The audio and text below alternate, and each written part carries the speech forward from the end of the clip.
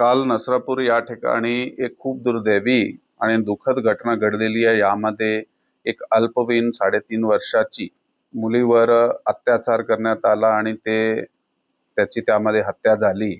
या प्रकरण पोलिसाकडे काल ज्यावेळी रिपोर्ट झाला, साधारण संध्याकाळी घटना काही 3:30-4 वाजताच्या दरम्यानची आहे आणि 4:15 वाजता ज्यावेळी पोलिसाकडे हे रिपोर्ट झाला तर तातडीने आम्ही त्याचा शोध सुरू केला, आरोपीचा शोध सुरू केला आणि 1 ते 1.5 तासाच्या दरम्यान आम्ही आरोपी जे आहे त्याला ताब्यात घेतला। परंतु दुर्दैवाने तेव्हापर्यंत ते जे अत्याचार होता ते झालेला होता आणि ती हत्या झालेली होती।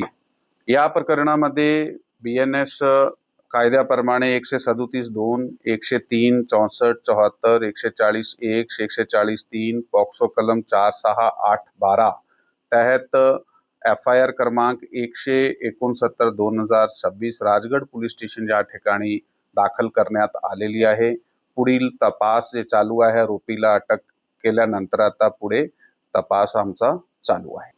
अशा घटना घडल्यानंतर साधारणतः जे एक इमोशनल रिएक्शन जे आहे ते पब्लिक कडून येत आहे। काल सुद्धा अशा प्रकारची एक सिच्युएशन निर्माण झाली होती। त्यामध्ये काही वेळापुरता लोक रस्त्याकडे आले होते, मग त्यांना समजून जाऊन सांगितलं गेलं आहे की आम्हीच तपास करणार आहे आणि ह्यामध्ये जे आरोपी होता त्याच्या बाबत काही कुठल्याही प्रकारची माहिती नव्हती।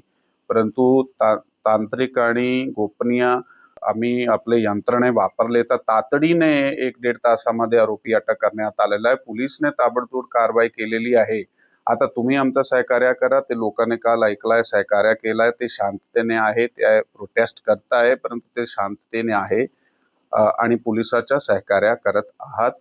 आणि आपला जे म्हणणं आहे की नक्की या केस जे आहे ते तातडीने ह्याची चार्जशीट केली गेली पाहिजे, हे आश्वासन आम्ही काल सुद्धा लोकांना दिला होता आणि हे फास्ट ट्रॅक पद्धतीने चालला पाहिजे आणि आरोपीला सक्त जे पनिशमेंट आहे ते भेटली पाहिजे। यासाठी आम्ही प्रयत्नशील आहात। त्याप्रमाणे तपास आमची विशेष टीम करत आहे। ह्या आरोपीचे विरुद्ध अगोदर अशाही प्रकारचे गुन्हे आहेत। ते 1998 मध्ये त्याच्या विरुद्ध एक विनयभंगाचा गुन्हा होता।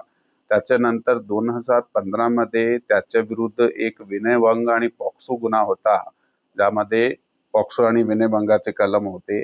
त्यातून त्याचा 2019 मध्ये केसमधून ॲक्विटल झालेला आहे आणि हा 65 वर्षाचा व्यक्ती आहे, पण त्याची प्रवृत्ती तशी आहे असं आमचे तपासामध्ये निष्पन्न झालेला आहे। तो डेली वेजर आहे, असाही गावात काम करत आहे, इकडे तिकडे काही ठिकाणी।